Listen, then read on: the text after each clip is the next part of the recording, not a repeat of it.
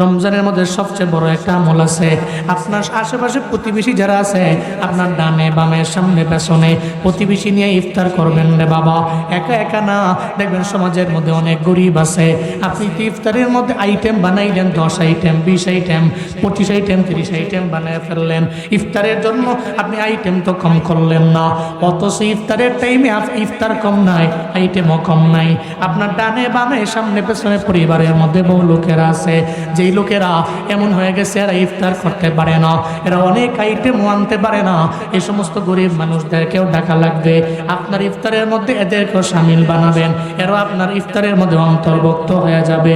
এই সমস্ত গরিবেরা এরা আপনার ইফতারের প্লেটে আসবে, ওখানে এসে খাবে আলহামদুলিল্লাহ বইলা, এরা রবের দরবারে দোয়া করবে।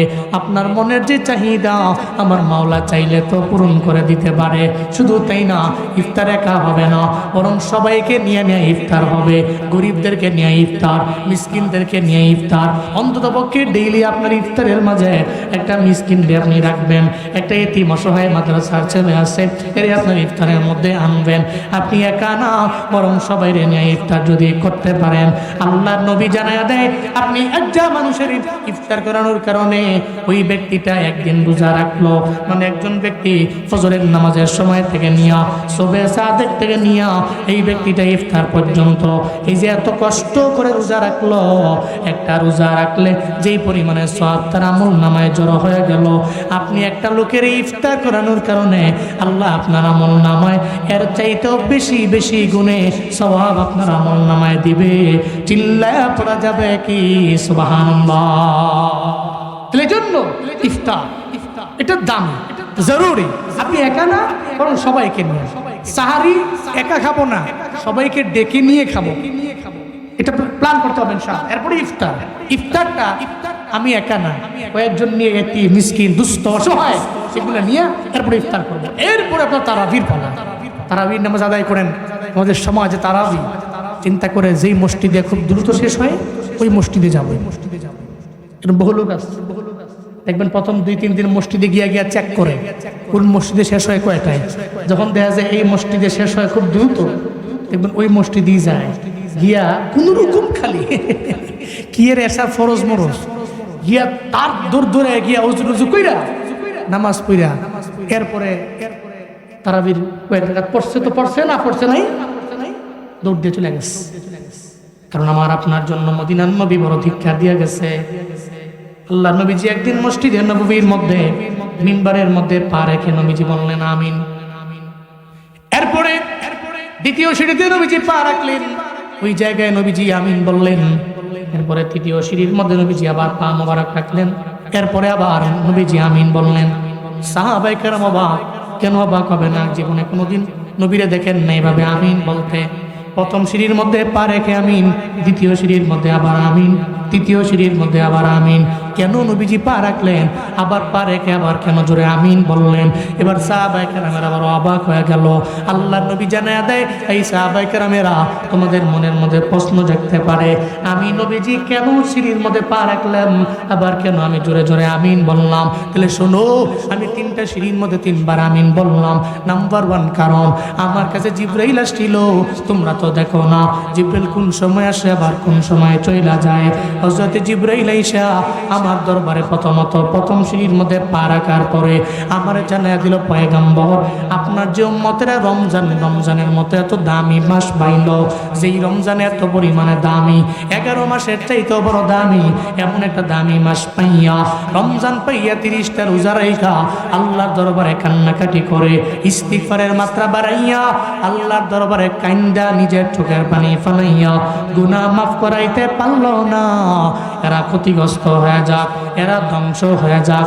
নবীজি কয় আমি একটা বারের জন্য জবান বন্ধ রাখতে পারলাম না, আমি জিবরাইলের জবানের সঙ্গে মিলাইয়া প্রথম সিঁড়ির মধ্যে আমি জোরে আমিন বলে উঠলাম। এর মানে কি বোঝা গেল? আমি যদি রমজান পাই 30টা রোজাও রাখতে পারলাম না, আল্লাহর দরবারে আমি কানতে পারলাম না, ইস্তিগফারের মাত্রা বাড়াইতে পারলাম না, আমি আল্লাহর দরবারে বেশি বেশি বলতে পারলাম না, ও দয়ার মালিক তুমি আমারে মাফ করে দেন। দেও। আল্লাহর দরবারে যদি না বলতে পারি, ইস্তিগফার করে গুনাহ যদি আমি ক্ষমা করাইতেই না পারি, তাহলে আমি ধ্বংস হয়ে গেলে, আমি ক্ষতিগ্রস্ত হয়ে গেলে আমার নবীর কোনো আসে যায় না। আমার নবী এই ব্যাপারে কোনো টেনশন করে না, আমার নবীর এই বিষয়ে কোনো চিন্তা নাই। তাহলে রমজান পাইয়া আল্লাহর দরবারে ইস্তিগফারের মাত্রা বেশি হবে না কম হবে? আরো জোরে বলেন, বেশি হবে না কম হবে? বেশি বেশি বাড়ানো লাগবে। আগে আমি করি নেই, রমজানে আমার বাড়ায় দেওয়া লাগবে। আগে আমি জীবনে কোনোদিন ইস্তিগফারের ধারে কাছেও যাই নাই। আগে আমি রবের দরবারে তাওবা করে ফিরে আসি নাই। আমি আল্লাহর দরবারে কান্দিও নাই। রমজানে এটা বাড়ায় দেওয়া লাগবে। রমজানে তারাবির নামাজের পরে আল্লাহর দরবারে কাঁদবেন। তাহাজ্জুদের সময়, সাহারির আগের সময়টাতে আপনি অন্যান্য মাসের সময় উঠেন না, ওই সময় সাহারিও করেন না। ওই সময়ে তাহাজ্জুদের ওয়াক্ত, ওই ওয়াক্তে আপনি 2 রাকাত 4 রাকাত 6 রাকাত নফল নামাজ পড়বেন। আপনি নফল নামাজ পড়ে রবের দরবারে কাঁদবেন, মাওলা রে আমার জিন্দেগিতে গুনাহ আছে, তুমি মাফ করে দাও। আমি অন্যায় করেছি, মাফ করে দাও। আমি অপরাধী হয়ে গেছি, আমারে মাফ করে দাও। যদি আল্লাহর দরবারে বলা যায়, আমার মাওলা তো এমন মাওলা, ফায়াগফিরু লিমান ইয়াশা ওয়া ইউআযযিবু মান ইয়াশা। আল্লাহ চাইলে আমারে আপনারে ক্ষমা করে দিতে পারে কি পারে না? আরো জোরে বলেন, পারে কি পারে না? আল্লাহ তো চাইলেই ক্ষমা করতে পারেন, কারণ আমার মাওলা কারো দরবার থেকে পারমিশন নেওয়া লাগে না, অনুমতি নেওয়া লাগে না। আমারে আপনারে আল্লাহ পাক যদি রমজানের সারির সময়ে, ওই সময় তাহাজ্জুদের ওয়াক্তে রবের দরবারে কান্না করার কারণে, বলার কারণে যদি আমার মাওলা আমারে মাফ কইরা দেয়, আল্লাহর কারো দরবার থেকে অনুমতি নেওয়া লাগবে না, কারণ সর্বময় ক্ষমতার মালিক একজন, চিল্লা বলেন তার নাম। আল্লাহ চাইলে ফায়াগফিরু লিমান ইয়াশা ওয়া ইউআযযিবু মান ইয়াশা। উনি চাইলে যে কোনো ব্যক্তি ক্ষমা করতে পারেন, উনি চাইলে আযাবে গ্রেফতার করতে পারেন। এজন্য রমজান পাইয়া ইস্তিগফার বাড়াবো না কমাবো? আল্লাহর দরবারে নিজের জিন্দেগির গুনার জন্য ক্ষমা চাইবো কম না বেশি বেশি?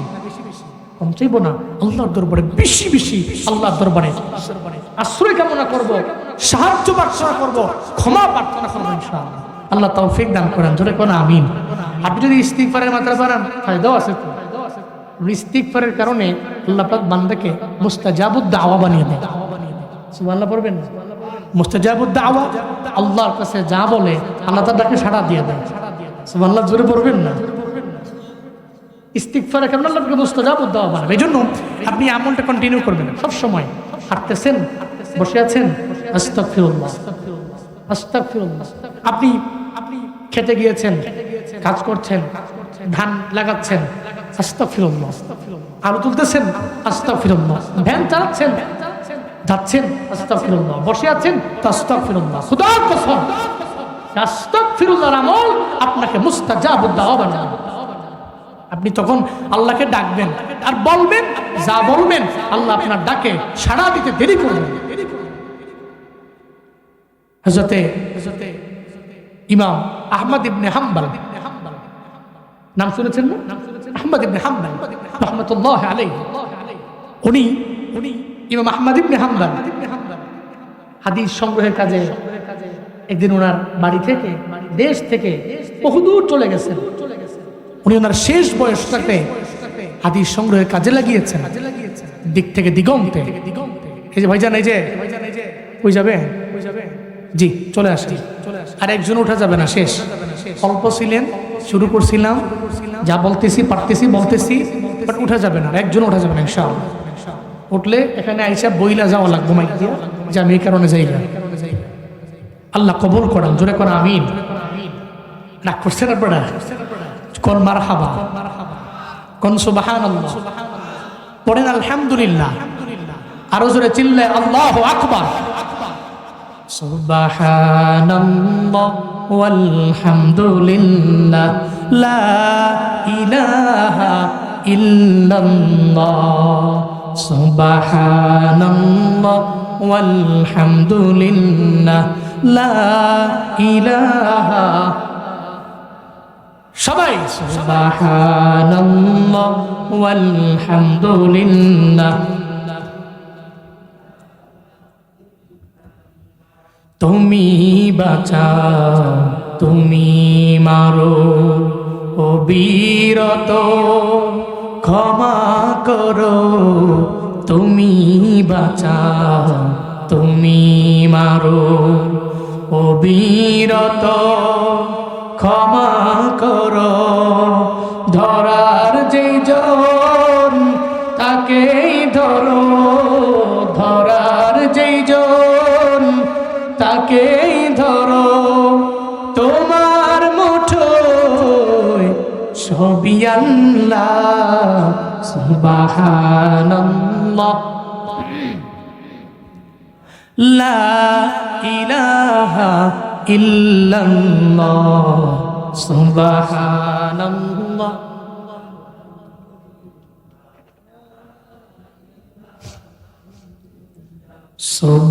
সুবহানাল্লাহ ওয়ালহামদুলিল্লাহ, লা ইলাহা। তোমার রিজিক খেয়ে পরে অবাধ্য হই কেমন করে, তোমার রিজিক খেয়ে পরে অবাধ্য হই কেমন করে। খুঁজে না পাই কোনো ভাষা, খুঁজে না পাই কোনো ভাষা, শুকর গুজার করার আল্লাহ। সুবহানাল্লাহ ওয়ালহামদুলিল্লাহ। সবাই সুবহানাল্লাহ ওয়ালহামদুলিল্লাহ, লা। আল্লাহ আমাদের তাসবিহগুলোকে কবুল করেন, জোরে পড়েন আমিন। হযরত ইমাম আহমদ ইবনে হাম্বল রাহমাতুল্লাহি আলাইহি চলে গেলেন। বুড়া মানুষ, মুরব্বী বয়সে হাদিস সংগ্রহ করার জন্য দেশ থেকে দেশান্তরে উনি যান। হযরতে ইমাম আহমদ ইবনে হাম্বল উনি চলে গেলেন। যখন অনেক দূরে চলে গেছে, রাত হয়ে গেছে, এশার নামাজের আজান হয়ে গেল। নামাজ পড়ার জন্য উনি মসজিদের মধ্যে প্রবেশ করলেন। ওখানে গিয়ে উনি নামাজ আদায় করলেন। মুসাফির মানুষ, এখানে তো ওনার বাড়ি নেই, কোনো ঘর নেই। ওই জায়গার মধ্যে উনি কোথায় থাকবে? কোথাও তো যাওয়ার জায়গা নেই। মসজিদের মধ্যে নামাজ পড়লেন। মুসাফির মানুষ, আগন্তুক। ওই মসজিদের মধ্যে হযরত ইমাম আহমদ ইবনে হাম্বল ওখানে ঘুমিয়ে পড়লেন, শুয়ে পড়লেন। যখন নামাজ শেষ হয়ে গেল, মসজিদে যারা মসজিদের খেদমত করে, মসজিদের খাদেম, উনি আইসা হযরত ইমাম আহমদ ইবনে হাম্বলকে ডাকলেন, হুজুর মসজিদের মধ্যে ঘুমানো যাবে না, আপনি এখান থেকে চলে যান। কারণ আমাদের নিয়ম হলো, রুলস হলো, এশার নামাজ শেষ হয়ে গেলে মসজিদের মধ্যে তালা লাগাইয়া দিবে, ফজরের নামাজের সময় আবার এসে মুয়াজ্জিন করবে। এটাই তো সব জায়গায় মসজিদের নিয়ম। ওখানে গেলে কে বেড়া, কে কি, কে অনেক বড় ইমাম, কে নেতা, কে লিডার, না, আমাদের মসজিদের একটা নিয়ম আছে, এই জায়গার মধ্যে থাকা যাবে না, ঘুমানো যাবে না। এশার নামাজ আদায় করার পরে আমরা বন্ধ করে দেই। ফজরের নামাজের আজানের সময় আবার মুয়াজ্জিন এসে ওপেন করে দেয়। হযরত ইমাম আহমদ ইবনে হাম্বলকে এসে বলার পরে ইমাম আহমদ ইবনে হাম্বল একটা বারের জন্য নিজের পরিচয় দিলেন না। তোমাদের নিয়ম যা, এই নিয়মই তো আমি মানতে ইচ্ছুক, তোমরা যা বলো সেটা আমি করতে পারবো। আমি মুসাফির, এখানে আমার ঘর নেই, আমার বাড়ি নেই। হযরত ইমাম আহমদ ইবনে হাম্বল এটা বলে একটা বারের জন্য আর দেরি করলেন না। উনি মসজিদ থেকে বের হয়ে গেছে, একটা বারের জন্য বাহাদুরি করলেন না। চিল্লায় পড়া যাবে কি মারহাবা। এখান থেকে শিক্ষা আছে আমাদের জন্য, চাপাইয়ের মানুষের জন্য, শিবগঞ্জের বড় বড় ইমামের জন্য, নেতার জন্য, আলেমের জন্য, সবার জন্য একটা শিক্ষা আছে। আমি বড় একজন ইমাম, আমি যেমনে বলি সেমনি চলা লাগবে। আমি বড় একজন লিডার, আমি যা বলবো তাই শোনা লাগবে। যে কোনো জায়গায় গিয়ে আমরা তাকাব্বুরি করতে দেরি করি না। আমার সঙ্গে কেন মুসাফা করবে? হাতের মধ্যে মুসাফা করলে 40 বার আমি হাত ছেড়ে ফালাইয়া দিব। কেউ যদি মুয়ানাকার জন্য তার বুকটা আগায়া দেয়, আমি কেন করব? আমি একজন বড় ইমাম, আমি একজন বড় লিডার, আমি একজন বড় নেতা। আমি মুয়ানাকার জন্য আমার বুক আমি জীবনও কোনোদিন বাড়াইয়া দিতে পারি না।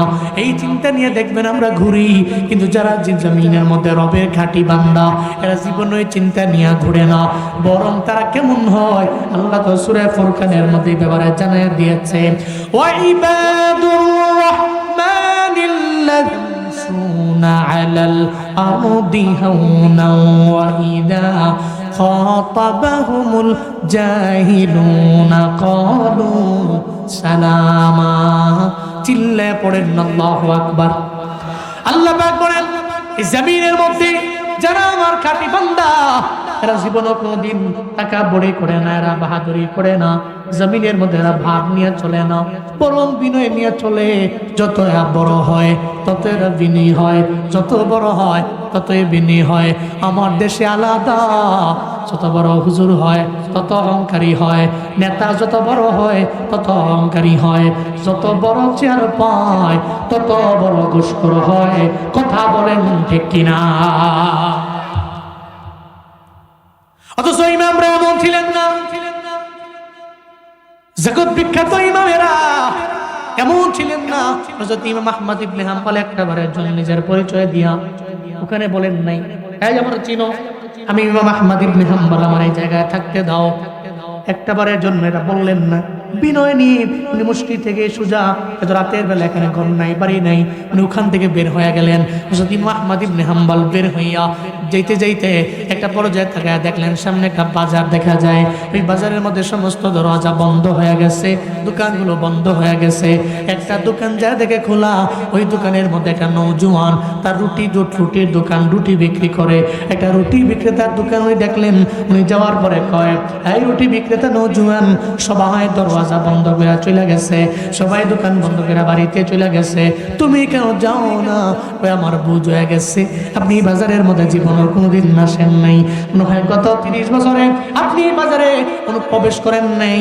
যদি প্রবেশ করতেন তাহলে একটা বারের জন্যই প্রশ্ন করতেন না, কারণ আমি তো সেই নওজোয়ান, আমি দিনের বেলা কোনো কেনা বেচা করি না, কারণ রাতের বেলা করি। আমি এশার নামাজের পরে আসি, এরপরে ফজরের নামাজের সময় আমি বাড়ির মধ্যে চলে যাই। এর মানে বোঝা গেল এলাকার মধ্যে আপনি নতুন, তবে মুরব্বী আপনি বলেন না এই এলাকার মধ্যে আপনি কি জন্য আইলেন, তবে আমার দরবারে আবার কেন? হযরত ইমাম আহমদ ইবনে হাম্বল কয়, ও রুটি বিক্রেতা নওজোয়ান, হাদিস সংগ্রহের কাজে আমি বিভিন্ন এলাকায় দৌড়াই, দেশের বিভিন্ন দিক দিগন্তে আমি দৌড়াই, বিভিন্ন জায়গায় আমি যাই, কিন্তু আজকে আসার পরে রাত হয়ে গেছে, থাকার জায়গা নেই, কোথায় কোনো ঘরও আমার নাই, কোনো বাড়িও আমার নাই, আমি একজন মুসাফির, আমি একজন পথিকের কারণে আমি তোমার এখানে চলে আসলাম। রুটি বিক্রেতা রে, তোমার দোকানের মধ্যে একটা রাত আমার থাকবার দিবানি। রুটি বিক্রেতা কয়, এক নম্বরে আপনি পথিক, আবার চেহারার মধ্যে নূর চমকায়, আবার একজন আলেম, আমি আপনাকে আপনার দোকানের মধ্যে রাখলে আমার কাছে মনে হয় আমার কপাল বড় খুলে যাবে। আমি চাই না আপনারে ফিরে দিতে, আমি চাই না আমার দোকানের মধ্যে সারা রাত আপনি থাকবেন, আমি আপনাকে সাদরে গ্রহণ করে নিলাম। চিল্লায় আওয়াজ করে একবার পড়া যাবে কি সুবহানাল্লাহ? আসেন আপনি আমার দোকানে থাকবেন, সারা রাত থাকবেন। হযরত ইমাম আহমদ ইবনে হাম্বলকে নিয়ে গেলেন, তো উনি বসলেন। হযরত ইমাম তাকায় দেখলেন ওদিকে রুটি বিক্রেতা নওজোয়ান, ও যে রুটি বানায় যখন খামির গুলে, তখন ও খামির গুলার সময় ওর মুখ দিয়া ঠোঁট নাড়ে আস্তাগফিরুল্লাহ বলে। এরপরে যখন উনি ওই রুটি বিক্রেতা নওজোয়ান খামির বানাইয়া যখন রুটিগুলা বলতে যায়, ওই জায়গায় বলে আর আস্তাগফিরুল্লাহ পড়তে থাকে। আবার যখন রুটিটা হাতের মধ্যে লইয়া খোলার মধ্যে দেওয়ার জন্য যায়, তখনও পরে আস্তাগফিরুল্লাহ। ওখানে দেওয়ার পরে আবার যখন ওই রুটিটাকে ওই জায়গা থেকে উঠাইয়া আবার হাতের মধ্যে নেয়, তখন আবার পরে আস্তাগফিরুল্লাহ। যখন কেনার জন্য কোনো একটা ক্রেতা ওনার সামনে আসে, ক্রেতার কাছে বলে, ধরেন রুটিটা আপনার হাতের মধ্যে দিলাম, দেওয়ার সময় উনি পরে আস্তাগফিরুল্লাহ। যখন ওই রুটির বদলা টাকা নেয়, নেওয়ার সময় পরে আস্তাগফিরুল্লাহ, এটা নিয়ে যে তার যে ডয়ারের মধ্যে সে রাখে, ওখানে রাখার সময় পরে আস্তাগফিরুল্লাহ। হযরত ইমাম তো বড় অবাক হয়ে গেল, আহমদ ইবনে হাম্বল চিন্তায় পড়ে গেল, কিরে আমিও তো আমার জীবনে এত আস্তাগফিরুল্লাহর আমল করতে পারি নাই, কিন্তু এই নওজোয়ানটা তার দোকানের মধ্যে আসার পরে তার প্রত্যেকটা কদমে কদমে কাজে কাজে আমি আস্তাগফিরুল্লাহ, এত সুন্দর সুন্দর আমল আমি তার দরবার থেকে দেখতে পাইলাম। একটা পর্যায়ে উনি বড় অবাক হয়ে গেলেন, উনি বলতে লাগলেন, এরে নওজোয়ান, আস্তাগফিরুল্লাহর আমলটা এত কেন করো? তুমি একটা বারের জন্য বন্ধ করলা না? যখন খামি খুলতে গেলা তখনও পড়লা তুমি আস্তাগফিরুল্লাহ। তুমি রুটিটা যখন তোমার ওই জায়গায় খোলার মধ্যে দিলা তখনও আস্তাগফিরুল্লাহ। কোনো একটা ক্রেতার কাছে দিলা তখন আস্তাগফিরুল্লাহ, টাকাটা হাতের মধ্যে নিলা তখন আস্তাগফিরুল্লাহ পড়লা। এবার ওই নওজোয়ান কয়, মুরব্বি আমি এটা কেন করি জানেননি? আল্লাহ পাক আস্তাগফিরুল্লাহর আমলের বিনিময়ে এই জমিনের মধ্যে আমি আল্লাহর দরবারে যা বলছি আমার মাওলা আমারে ফিরে দেন নাই। আল্লাহ আমারে এমন মুস্তাজাব দাওয়া বানিয়ে দিয়েছে, আমি আল্লাহর দরবারে যে কোনো মুহূর্তে যে কোনো জায়গায় আমি আল্লাহর দরবারে যা আবদার জানাইছি আমার আল্লাহ পূরণ করে দিছে। চিল্লা পড়া যাবে কি সুবহানাল্লাহ? শুধু তাই না, আহমদ ইবনে হাম্বল আল্লাহর দরবারে আমি আমার জীবনে যা বলেছি সব কিছু বলার মধ্যে আমি আল্লাহর দরবারে একটা বলেছি, সব আমার পূরণ হয়েছে। তবে আমার আল্লাহ আমার একটা আশা পূরণ করেন নাই। সব আশা পূরণ করলেন কিন্তু একটা আশা আমার পূরণ করেন নাই। আহমদ ইবনে হাম্বল কয়, কও না তোমার কি আশা আছে যে আশা আমার আল্লাহ পূরণ করে নাই? আহমদ ইবনে হাম্বলের সামনে রুটি বিক্রেতা কয়, আল্লাহর দরবারে আমি বারবার বলছি মওলারে, এই জমিনের মধ্যে শ্রেষ্ঠ একজন ইমাম আছে আহমদ ইবনে হাম্বল, আমি লোকমুখে শুনতে পাইলাম কিন্তু জীবনে কোনোদিন আমি তার দর্শন পাই নাই, আমি তার মোলাকাত পাই নাই, আমি সাক্ষাতেও যেতে পারলাম না, ওনার দরবার থেকে আমি দোয়াও নিতে পারলাম না। আমার আল্লাহ আমার সব দোয়া কবুল করে নিছে, তবে এই দোয়াটা আমার মাওলা আমার কবুল করে নাই। এই জন্য আমি আল্লাহর দরবারে বারবার আফসোস করি আর রবের দরবারে আমি বলতে থাকি। হযরত ইমাম আহমদ ইবনে হাম্বল কয়, ও নওজোয়ান, চিন্তা কেন করো? টেনশন করার কোনো প্রয়োজন নাই, চিন্তা করার প্রয়োজন নাই। তুমি আল্লাহর দরবারে জীবনে যা বলেছ আমার আল্লাহ সব আশা পূরণ করে দিয়েছে। আমি তোমার সামনে দাঁড়িয়ে আছি, আমার নাম আহমদ ইবনে হাম্বল। আল্লাহ পাক তোমার ইস্তেগফারের বিনিময়ে তোমাকে আহমদ ইবনে হাম্বলের দরবারে নেয় নাই, বরং তোমার যে মনের আশা মুলাকাত করবা তুমি আহমদ ইবনে হাম্বলের সঙ্গে, আহমদ ইবনে হাম্বলের আল্লাহ পাক তোমার কাছে নিয়ে আইছে। আবার তোমার দোকানে একটা রাত পর্যন্ত তোমার দোকানে রেখেছে। চিল্লায় বলেন নেই খেলাম কা আল্লাহ পাক কি করছে? তোমাকে এমন মুস্তাজাব দাওয়া বানাইছে। আহমদ ইবনে হাম্বলের দরবারে তোমারে নেয় নাই, বরং আহমদ ইবনে হাম্বলকে তোমার দরবারে নিয়ে এসেছে। আল্লাহু আকবার, আরো জোরে সুবহানাল্লাহ। কাদের কুদরত তারি বরকামাল, আনতা রব্বি আনতা হাসবি যুল জালাল, তুহি কাদির জলিলুল্লাহ জাহাদার, বহর হালে তুহি মেরা নেগাহদার। তাহলে রমজান মাসে ইস্তিগফারের মাত্রা বাড়বে না কমবে? আরো বেশি বাড়ায় দেওয়া লাগবে। আগে আমি করলাম না, রমজানে আরো বাড়ায় দেওয়া লাগবে। আল্লাহ নবীজি মিম্বারের মধ্যে জুড়ে একবার আমিন বললেন। কেন বললেন? ওই যে প্রথমত বললেন রমজান পাইয়া যে আল্লাহর দরবারে গুনাহ ক্ষমা করাইতে পারলো না, সে ধ্বংস হয়ে যাক, ওই কথা শুনে আমি তার জবানের সঙ্গে মিলাইয়া মিম্বারের মধ্যে দাঁড়াইয়া আমি আমিন বললাম। এই সাহাবায়ে কেরামেরা, 2 নম্বর মিম্বারের মধ্যে আমি আবার কেন আমিন বললাম জানো? কারণ জিবরাইল আমারে বলছে আপনার উম্মতেরা যারা আপনার নাম শুনলো কিন্তু আপনার নাম শুই না দুরূদ পড়তে পারলো না, আপনার নাম শুই না দুরূদ পড়ার ব্যাপারে বকিলতা করলো, কৃপণতা করলো, নবী গো এরা ক্ষতিগ্রস্ত হয়ে যাক। আমি একটা বারের জন্য চিন্তা করলাম না, জিবরাইলের জবানের সঙ্গে মিলাইয়া আমি 2য় সিঁড়ির মধ্যে পা রাখলাম, আবার জোরে আমি আমিন বললাম। এবার 3য় সিঁড়ির মধ্যে আমি কেন পা রেখে আমিন বললাম জানুনি? হযরত জিবরাইল আমারে কইছে, পয়গম্বর এই জমিনে আপনার উম্মতেরা যারা বৃদ্ধ আব্বা পাইল, বৃদ্ধা আম্মা পাইল, বৃদ্ধ আব্বা পাইয়া বৃদ্ধা আম্মা পাইয়া এদের কাছ থেকে দোয়া নিয়া জান্নাতি হতে পারল না, এদের কাছ থেকে দোয়া নিয়া মা বাবারে বিদায় করতে পারল না, বদ্ধ অবস্থায় মারা গেল আব্বা আম্মায়। অসন্তুষ্ট থাকা অবস্থায় মা চলে গেল, বাবা চলে গেল, এরা ধ্বংস হয়ে যাক, আমি একটা বারের জন্য কৃপণতা করলাম না, বরং জিব্রাইলের জবানের সঙ্গে মিলাইয়া আমি ওই জায়গার মধ্যে আমিন বললাম। 3 নম্বরে আমি এই কারণেও আমিন বললাম যে পৃথিবীতে যে উম্মতেরা তার আব্বা আম্মার সাথে বেয়াদবি কইরা এদের কাছ থেকে বদদোয়া নিয়া অসন্তুষ্ট কইরা আব্বা আম্মাকে বিদায় দিল, এর আব্বা আম্মা তার প্রতি রাজি না, অসন্তুষ্ট অবস্থায় আব্বা আম্মা চলে গেছে, বৃদ্ধ এবং বৃদ্ধা বয়সে মা বাবা বিদায় নিয়েছে, কিন্তু ও তো দোয়া নিয়ে আব্বা আম্মাকে বিদায় দেয় নাই, ও ধ্বংস হোক, এতে আমার কোনো কিছু আসে যায়, যেটা কঠিন, এটা অনেক কঠিন। এই জন্য বাপ আজকে থেকে নিয়ত করেন, ঘরের মধ্যে আপনার বৃদ্ধ আব্বা আছে, বৃদ্ধা আম্মা আছে, আপনি চিন্তা করতে পারেন কামাই করে খাওয়ায় না, ঘরের মধ্যে খায়, আমি পরিশ্রম করি, কষ্ট করি, আমি আইনা খাওয়াই, তাদের দ্বারা আমার কোনো ফায়দা নেই, এটা মহিলা গিরেই কি আর বাঁচলেই কি না, এটা এমন এক সম্পদ, এটা বৃক্ষ, বৃক্ষ ফল দিতে পারে না, আপনাকে একটু না একটু ছায়া দিতে পারে। আরে বৃদ্ধ বৃদ্ধা আব্বা আম্মা যখনই মুনাজাত ধরে আপনার জন্য রবের দরবারে দোয়া করে, খোদার কসম একটা বুলেট মিস হতে পারে, এই দোয়া আল্লাহর দরবারে পৌঁছতে দেরি হয়,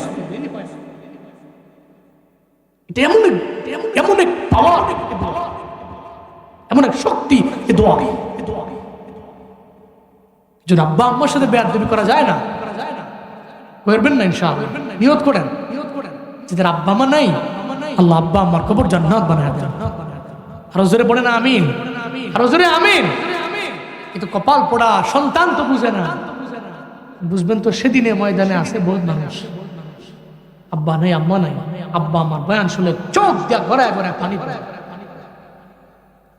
কবরের পাশে গিয়ে দাঁড়ায় কান্দে, তো লাভ নেই, তো চলে গেছে, তো গেছে, জীবনও কোনো দিন ফিরে আসবে না। জীবনের মূল কষ্ট মায়ের প্রসব বেদনা, সাত আসমান সাত জমিন তখন মায়েরই মাথা। জীবনের মূল কষ্ট মায়ের প্রসব বেদনা, সাত আসমান সাত জমিন তখন মায়েরই মাথা। এমন মাকে কেমনে আজি, এমন মাকে কেমনে আজি যাব আমি ভুলিয়া, ও আমার প্রাণের মা, মা গো মা কোথায় গেলে মোরে ছাড়িয়া, জনম দুঃখী এতিম আমি চাই না কেহ ফিরিয়া, জনম দুঃখী এতিম আমি চাই না কেহ ফিরিয়া। আমি যখন ছিলাম আমার মায়ের উদরে, চলাফেরা করতেন যে মায় কত কষ্ট করি, আমার সুন্দর মুখ দেখে মায়ের, আমার সুন্দর মুখ দেখে মায়ের ব্যথা যাইতে হাসায়া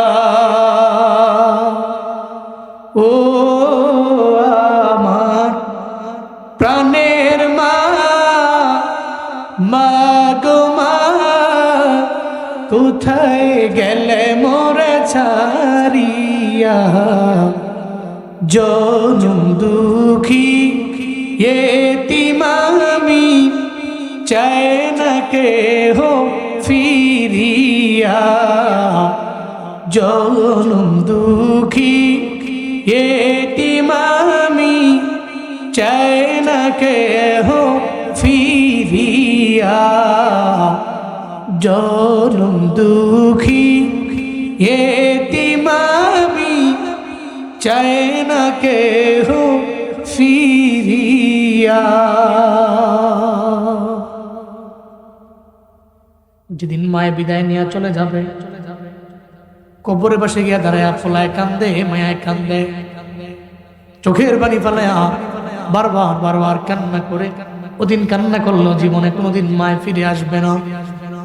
চাপাইয়া শিবগঞ্জের মুসলমান নজওয়ান আজকে থেকে নিয়ত করে নাও, মায়ের মনে আঘাত দেওয়া যায় না, আব্বার মনে আঘাত দেওয়া যায় না। কারণ এরা দোয়া দিলে রবের দরবারে যেমন যায়, বদদোয়া দিলেও রবের দরবারে চলে যায়। জীবনে কোনোদিন বদদোয়া নিয়ে চলবো না, দোয়া নিয়ে চলবো। আল্লাহ তুমি তৌফিক দাও, চিল্লা পড়ে আমি দোয়া নিয়ে চলে, বদদোয়া নিয়ে, দোয়া নিয়ে চলে। আজকে থেকে নিয়ত করে, আমি জীবনেও কোনোদিন আমার আম্মা যদি আমাকে ধমক দেয়, আমি রাগ হয়ে থাকলেও আম্মা থেকে দূরে সরে বাহিরে আসবো, রিপিট করে আমি আমার গায়ের জোর দিয়া শক্তি দিয়া মাকে গালি দিব না, আমি আমার আব্বাকে গালি দিব না, যে থেকে বদদোয়া নিব না। পারবো তো ইনশাআল্লাহ? পারবো না ইনশাআল্লাহ? আপনি বৃদ্ধ বৃদ্ধা আব্বা মা পেলেন, এদের থেকে দোয়া নিয়ে আপনি এদেরকে সন্তুষ্ট করে কবর দিতে পারলেন না, আপনি ক্ষতিগ্রস্ত হয়ে গেল। মদিনার নবীর এতে কোনো আসে যায় না, বড় বড় কথা। কিন্তু এই জন্য নিয়ত করেন, আজকে থেকে আমরা আব্বা আম্মা যারা বেঁচে আসছে আমরা ভালো আচরণ করব, এদের নাই এদের জন্য দোয়া করব। এদের আব্বা আম্মা নাই, আপনাদের জন্য কাজ আছে। মদিনার নবী শিক্ষা দিয়েছেন। আপনি চিন্তা করতে পারেন, হুজুর আমি তো আব্বা আম্মাকে রাজি বানিয়ে এদের কবরে পাঠাইতে পারি না, এখন আমি কি করব? আপনাদের জন্য ফার্স্ট আমল হচ্ছে, এক নম্বরে আব্বা আম্মার যে আত্মীয় স্বজন, আব্বার যে আত্মীয় স্বজন, এদের হক পরিপূর্ণ আদায় করবেন। আত্মীয় স্বজনদের বাড়ি যাবেন, মার বোন খালা, আব্বার যে আত্মীয় স্বজন আছে, বন্ধু বান্ধব আছে, এদের কাছে যাবেন, যে এদেরকে আপ্যায়ন করবেন, এদের হক ঠিক মতো বুঝিয়ে দিবেন। কিন্তু আমার সমাজ এটা দিতে খুব নারাজ। দেখবেন বাপ মারা গেছে, আম্মা মারা গেছে, ঠিক মতো হক আদায় করে না, আত্মীয় স্বজন থেকে ভুলে যায়। আম্মা মারা গেছে, আর খালার ফোন দিয়ে লাভ কি? বছরের পর বছর চলে যায়, একটা বারের জন্য খালাকে ফোন দিয়ে খবর নেই। আত্মীয় স্বজনের সাথে ভালো আচরণ করা, এদের খোঁজ খবর নেওয়া, এদের হক আদায় করা, এটা তো আপনার আম্মা আব্বার সাথে ভালো আচরণ করার শামিল। এই জন্য মদিনার নবী বলছেন, তোমার আব্বা আমার নাই, রাজি বানাইতে পারো নাই, তুমি এদের আত্মীয় স্বজনের কাছে গিয়ে এদের হক আদায় করো, কিছু নিয়ে যাও, আসার সময় কিছু হাদিয়া দিয়ে আসো। এরা রাজি হবে তো কবর থেকে আম্মায় রাজি হবে, আব্বাই রাজি হবে। সুবহানাল্লাহ জোরে পড়বেন না? নাম্বার 1 কাজ। 2 নম্বরে আব্বা আম্মার রুহের মাগফিরাতে তুমি দান করো, মসজিদে, মাদ্রাসায়, কোনো নেকির কাজে, কোনো ভালো কাজে। এছাড়া কি হবে? আব্বা আম্মার রুহের মাগফিরাতে আপনি যখন দান করবেন, এই দানের সওয়াবটা আপনার আম্মার কবরে যাবে। হঠাৎ করে দেখবে যে একদিন কবর আযাব বন্ধ। কি রে ফেরেশতা, আজকে আযাব বন্ধ কেন? ফেরেশতা বলবে, জমিন এমন এক সন্তান দেখাইছিলেন, এই সন্তান তো আপনার রুহের মাগফিরাতে ভালো কাজ করছে। এই জন্য আল্লাহ পাক বড় মায়া করে আজকের দিনের জন্য আপনার আযাবকে মওকুফ করে দিয়েছে। সুবহানাল্লাহ জোরে পড়বেন না? তা আপনি তো আপনার আম্মাকে রাজি বানাতে চান। উনি যদিও আপনার প্রতি রাজি ছিল না কবরে যাওয়ার সময়, মৃত্যুবরণের সময়, কিন্তু আপনার এই কাজের কারণে উনি কবর থেকে আপনার দোয়া দিছে, উনি রাজি হয়ে গেছে। আল্লাহ আমাদের সব ভাইকে আব্বা আমার দোয়া নিয়ে চলার তৌফিক দান করেন, যাদের নাই কবর জান্নাত বানায় দেন। আজকে থেকে নিয়ত করেন, আল্লাহ যে রোজা আমাদের উপরে ফরজ বানাইছেন, আমরা রমজান পাবো, রমজান পেয়ে বেশি বেশি ইস্তিগফার করব, আল্লাহর দরবারে বেশি বেশি কাঁদব, যেহেতু রমজান পাইয়া রমজানের মাগফিরাত, নাজাত, রমজানের রহমত যাতে আমার নসিব হয়, এটা এই ব্যাপারে আল্লাহর দরবারে বেশি বেশি দোয়া করব, রহমত মাগফিরাত নাজাত পাইয়া এরপরে রমজানটাকে বিদায় জানাবো। আল্লাহ আমাদের সবাইকে রমজান পর্যন্ত পৌঁছায় দেন, আব্বা আম্মার খেদমত করার তৌফিক দেন, আবার রমজানে গিয়ে পুরো রমজান জুড়ে আমল করে তাসবিহ জপে ইস্তিগফার করে সাহারি ইফতার আর তারাবি আর তাহাজ্জুদের মাধ্যমে আল্লাহকে রাজি বানিয়ে কবরে যাওয়ার তৌফিক দান করেন। সকলে পড়েন আমিন। শেষ করার আগে রমাদানের আমার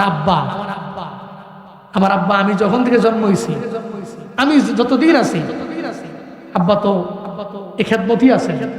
আমরা যে লাইনে আছি আব্বা এই লাইনেই ছিলেন, যেন আমরা 3 ভাই একই লাইনে, 3 ভাই মাদ্রাসায় পড়াইছেন, 3 ভাই আলেম হয়েছি, আব্বাও আলেম, দাদাও আলেম ছিলেন, এর জন্য একটা সিলসিলা।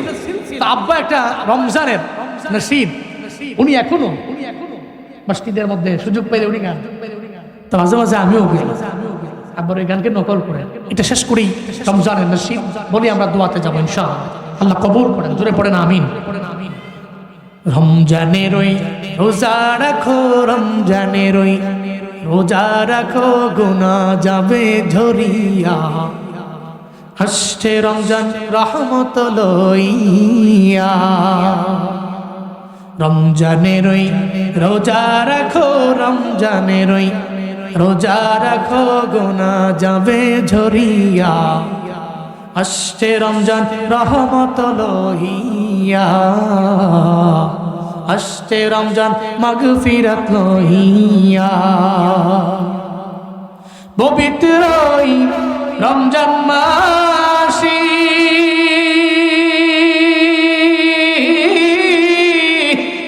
দিনের বেলা খাইলে খানায় আল্লাহ তাআলা দিবে গজব, আল্লাহ তাআলা দিবে গজব, বিপদে ধরবে চাপায়া, আসছে রমজান রহমত লইয়া, আসছে রমজান রহমত লইয়া। পবিত্র রমজান মাসে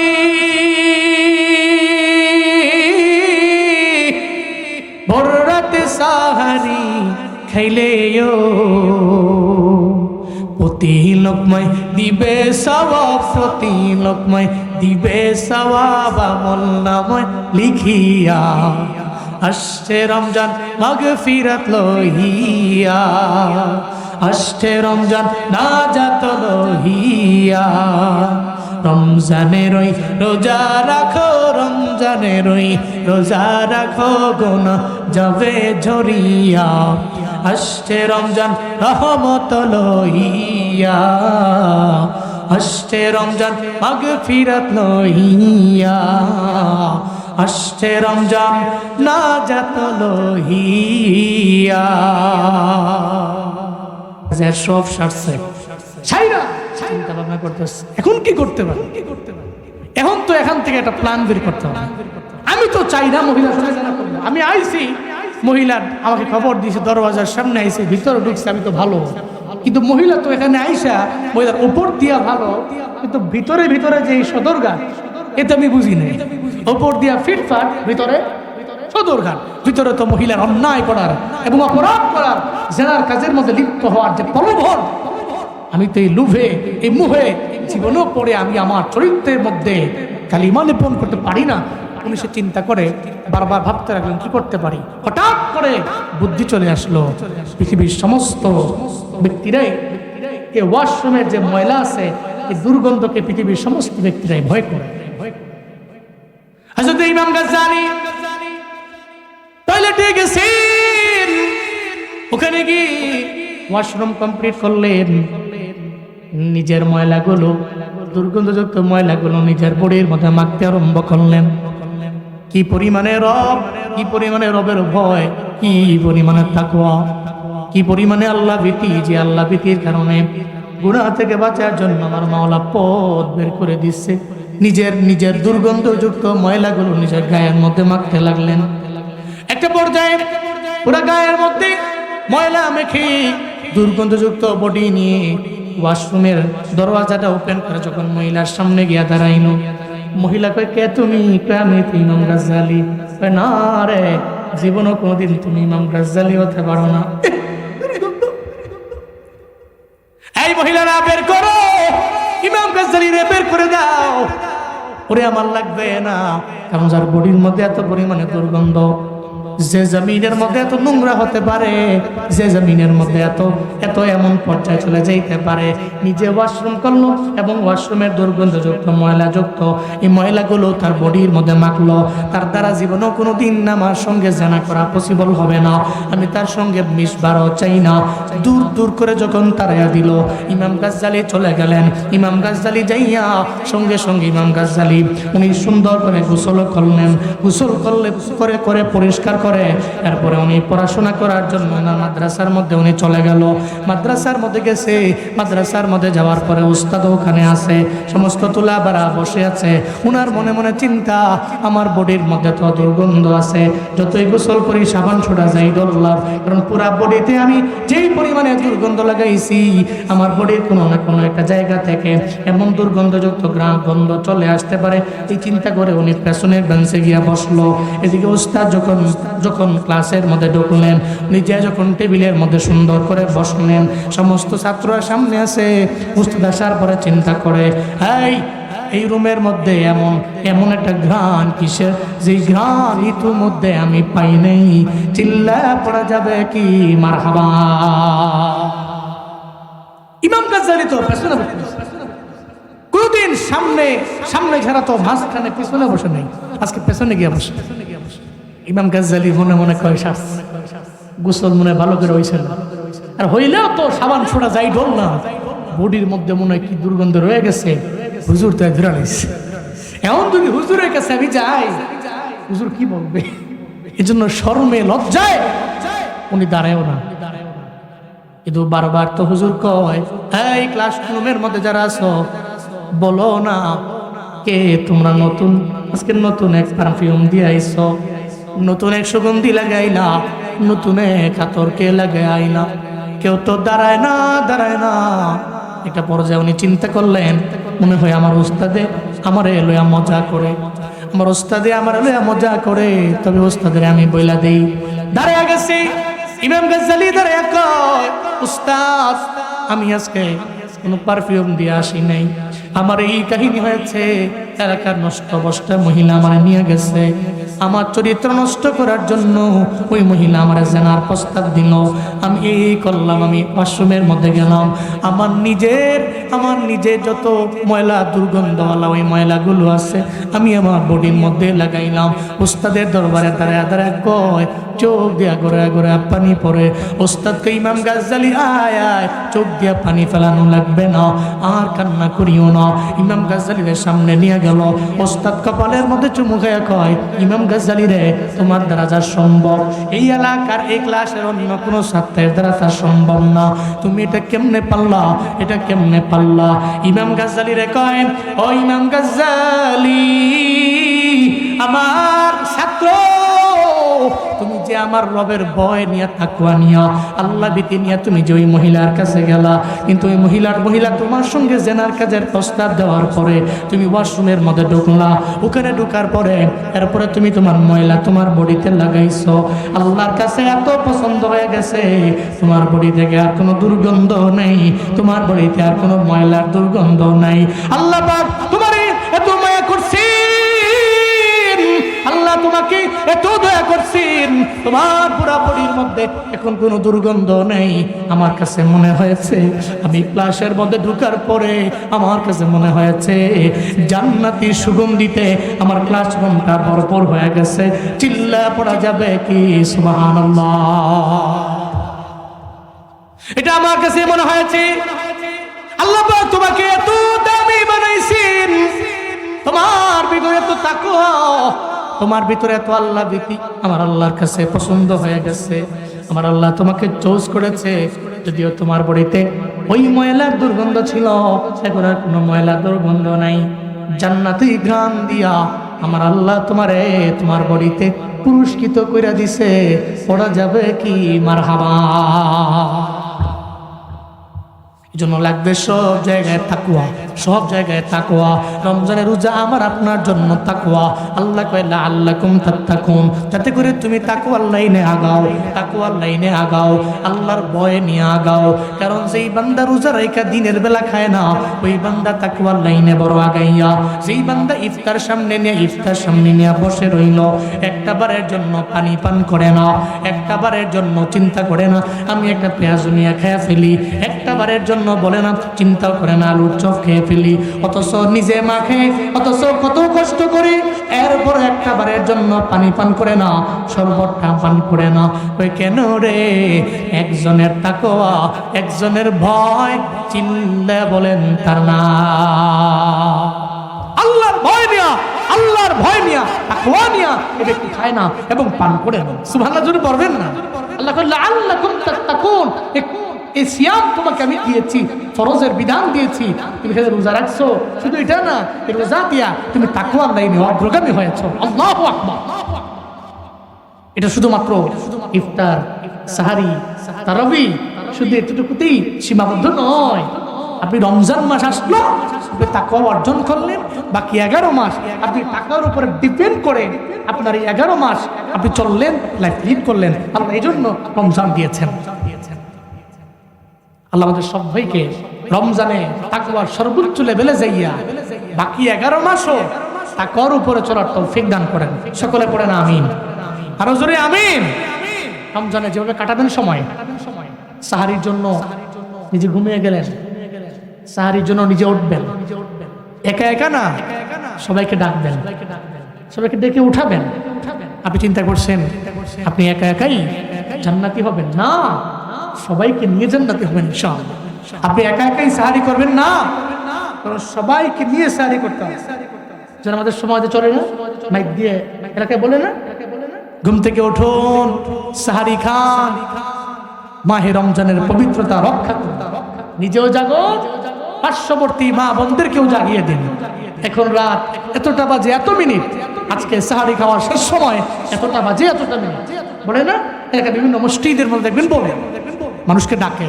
এর মানে আপনাকে মেসেজ দিল আপনি উঠেন, আপনি একা না, আপনার ডানে বামে প্রতিবেশী যারা আছে সবাইকে ডাকেন।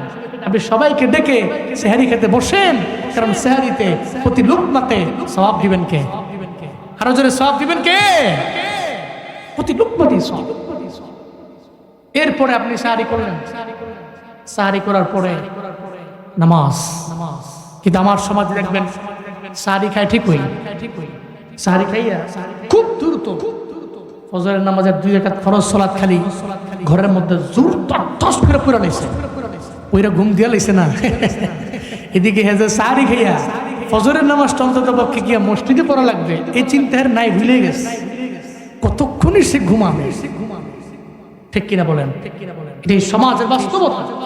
কিন্তু হ্যাঁ, রমজান শুরু হওয়ার 3-4 দিনে মোটামুটি পাওয়া যায় ফজরের নামাজ যথেষ্ট মুসল্লি আছে, কিন্তু 3-4 দিন পরে সাহারির পরে ফজরের নামাজের সময় পাওয়া যায়। আবার পাওয়া যায় কবে জানেন? লাইলাতুল কদর, ওই সময় আবার লোক টোক পাওয়া যায়। বাঙালি খাবারের লাইনে আগে, আমলের বেলায় নাই। এই জন্য মাঝে মাঝে আমি কোনো মাহফিলে গেলে বলি, বড় হুজুর আছে তো? না হুজুর আপনিই তো লাস্ট হুজুর, আমাদের পরে কেউ নাম কি না, এই বড় হুজুর, এই বড় হুজুর না, বড় হুজুর মানে তাবারুক। বুঝেন না বিষয়টা? এটা বড় হুজুর, কারণ বড় হুজুরের জন্য মানুষ এত রাত থেকে 2টা পর্যন্ত বয়ান শোনে না। তাবারুক আছে তো পাবলিক আছে, আশপাশে ঘুরতেছে, অন্তর্পক্ষে দুয়ার আগে হইলেও সব দৌড়ে আয়, আয়া দোয়ার সময় এরপরে সব নিয়ে দিয়া তাবারুক নিয়ে বাড়ি যায়। তো খাবারের লাইনে আগাইয়া আমলের লাইনে বলতে পেছাই। আমরা খাবো, অসুবিধা নাই, তবে আমাদের আমলের লাইনে অগ্রগামী হতে হবে ইনশাআল্লাহ। আল্লাহ বক্তা শ্রোতা উভয়কে এসে তৌফিক দান করেন। সকলে পড়েন আমিন। রমজানে সাহারি করবেন, সাহারির পরে ফজরের নামাজ, এরপরে ফজরের নামাজের পরে আপনি তাসবিহগুলো আদায় করবেন। আজকারুস সাবাহ, সকাল সকাল সন্ধ্যার যে আমল আছে, সকালবেলা যে আমল আছে, এগুলো আপনি করলেন, পড়লেন। এরপরে আপনি চলে গেলেন আপনার বাড়িতে, ওখানে গিয়ে আপনি ঘুমায়া গেলেন। আপনি রেস্ট করলেন, এরপরে জোহরের সময় জোহর, আসরের সময় আসর, মাগরিবের সময় মাগরিব, মাগরিবের আগে ইফতারের টাইম। যে ইফতার সামনে নিয়ে রবের দরবারে দোয়া করলে আমার মাওলা জীবনেও কোনোদিন ফিরাইয়া দেয় না।